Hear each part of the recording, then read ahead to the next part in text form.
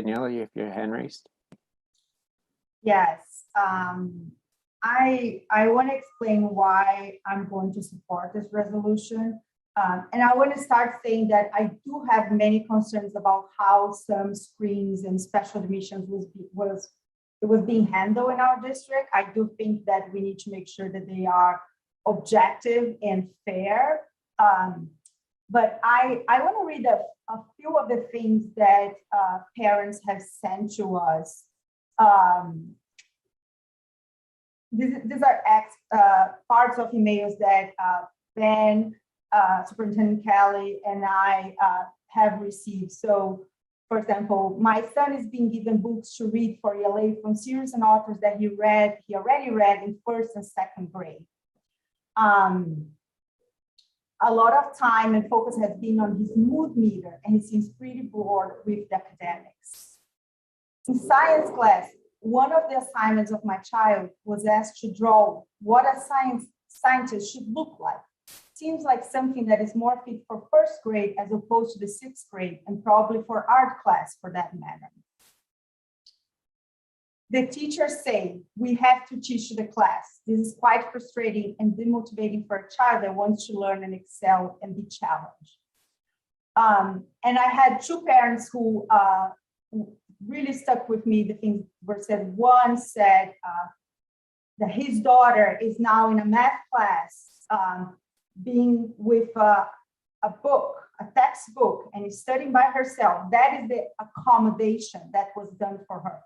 She's studying with her textbook by herself while the teacher is covering other content for the entire class. So this sixth grader girl is teaching herself with a textbook, and this is being called an accommodation for an advanced learner. This is not an accommodation. This is ignoring a child's need.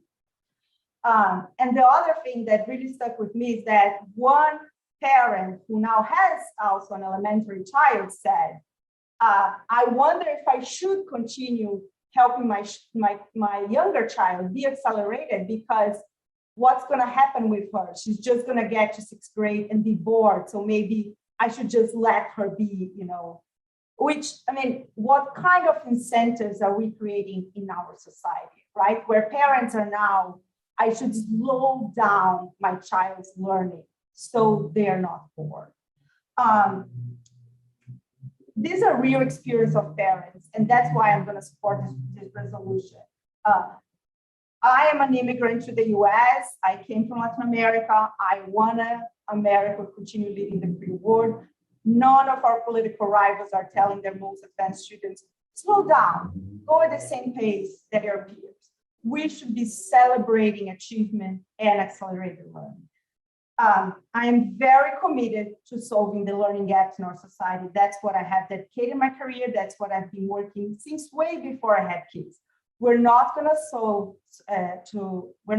have a solution for learning gaps by limiting what kids at the top of the learning distribution are being able to achieve. We're going to solve by bringing those that are some grade levels behind faster. And any kind of solution that tries to put a ceiling on what kids can and should achieve, I'm going to be very opposed to it. I want to be quick, but I have a lot to say. I'm sorry. So there are these huge learning gaps in our society, and we are dumping them on teachers. It is very unfair. No teacher should have to be teaching for 9 grade levels. These are problems that we have in our society and we need to solve, but we should not be dumping them on teachers. Say, go differentiate, go teach 9 grade levels of math in one class. It's completely ridiculous to expect that a teacher would be able to do that. And finally, I really want to talk to the parents who are here fighting for their children's needs. That doesn't make you racist. That doesn't make you, it's not something bad. You are doing what any parent should be doing. And I think I work, because of my job, I talk to families and to educators all day long. And that's what also low-income parents and parents of other races are doing as well. And sometimes they're not being heard. Sometimes the CCs are not as active. There are CCs who are not even hosting meetings, unfortunately, they do not even have enough members. But that is what every single parent is doing. It's fighting for their child. And saying that this is a racist thing, saying that because you want your child to have an appropriate, challenging math homework makes you a racist, I don't understand how that makes you a racist. This is a silencing tactic. That's what people are trying to do with you. And you should speak up for your children. And fighting for your children it's not either or, that we fight for our children, and because of that, we don't fight for the children who are the most vulnerable in our society.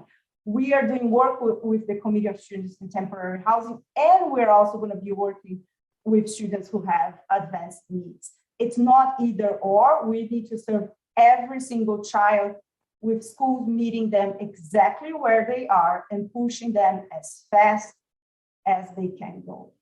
Thank you.